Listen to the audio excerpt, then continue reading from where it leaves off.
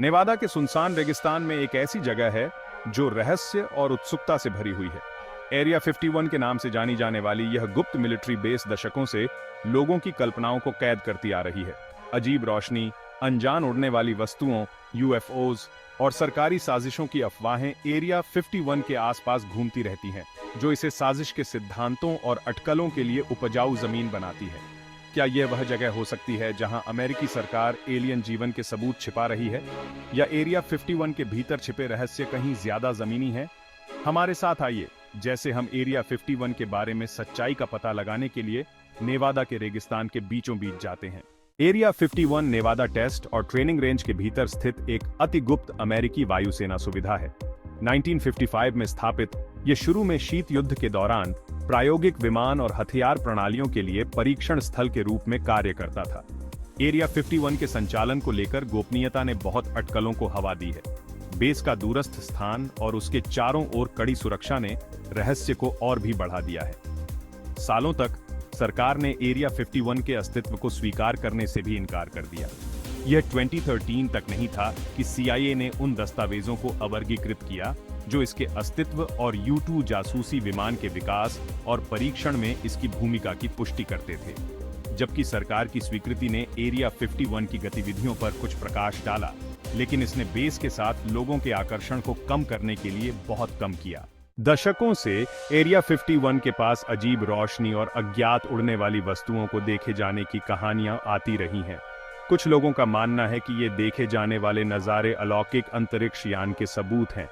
वे अनुमान लगाते हैं कि सरकार एरिया 51 का उपयोग कैप्चर की गई एलियन तकनीक का अध्ययन करने और शायद अलौकिक प्राणियों के साथ संवाद करने के लिए कर रही है।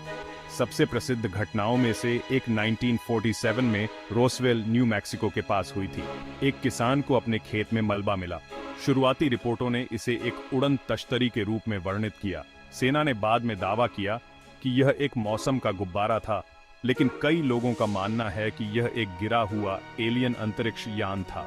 इन अटकलों को हवा देने वाले उन लोगों के कई खाते हैं जो दावा करते हैं कि उन्होंने एरिया 51 में काम किया है या इसकी गतिविधियों के बारे में जानकारी है। इनमें से कुछ व्यक्ति एलियन शव परीक्षण, रिवर्स इंजीनियर अलौकिक तकनीक और यहां तक कि एलियन प्राणियों के संपर्क की विस्तृत कहानियों के साथ सामने आए हैं। जबकि इन खातों को अक्सर संदेह के साथ देखा जाता है, वे इस विश्वास को हवा देते रहते हैं कि सरकार एरिया 51 में कुछ महत्वपूर्ण छिपा रही है।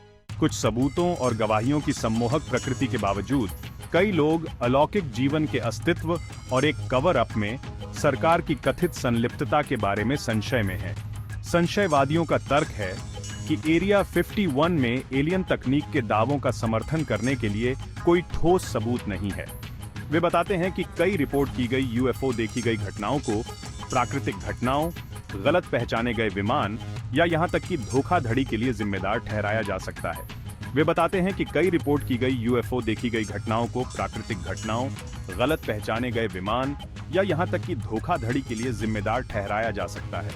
इसके अतिरिक्त वे उन कई व्यक्तियों की विश्वसनीयता पर सवाल उठाते हैं जो एरिया 51 के बारे में कहानियों के साथ सामने आए हैं। इनमें से कई व्यक्ति अपने दावों का समर्थन करने के लिए सत्यापन योग्य साक्ष्य प्रदान करने में विफल रहे हैं। सरकार ने अलौकिक जीवन के सबूतों को छुपाने में किसी भी तरह की संलिप्तता से लगातार इनकार किया है।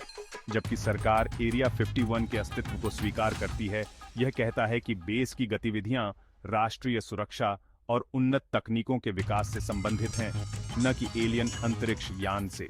एरिया 51 के आसपास के रहस्य दुनिया भर के लोगों को मोहित और इंट्रीग करते रहते हैं। एरिया 51 के आसपास के रहस्य दुनिया भर के लोगों को मोहित और इंट्रीग करते रहते हैं। जबकि बेस पर एलियन तकनीक के छिपे होने के दावों का समर्थन करने के लिए कोई निश्चित प्रमाण नहीं है, लेकिन संभावना चाहे कितनी भी कम क्यों ना हो, अंतहीन अटकलों का स्रोत बनी हुई है। चाहे आप अलौकिक जीवन के अस्तित्व में विश्वास करते हों या संशयवादी बने रहें, एरिया 51 के आसपास की कहानियां और सिद्धांत ब्रह्मांड की विशालता और उन रहस्यों की याद दिलाते हैं जो इसे हो सकते हैं। जैसे जैसे हम अंतरिक्ष का पता लगाते रहते हैं और अपनी समझ की सीमाओं को आगे बढ़ाते हैं, एक खुला दिमाग रखना और जो हम सोचते हैं उसे जानना महत्वपूर्ण है। सच, जैसा कि वे कहते हैं, वहां है और इसे खोजना हम पर निर्भर है।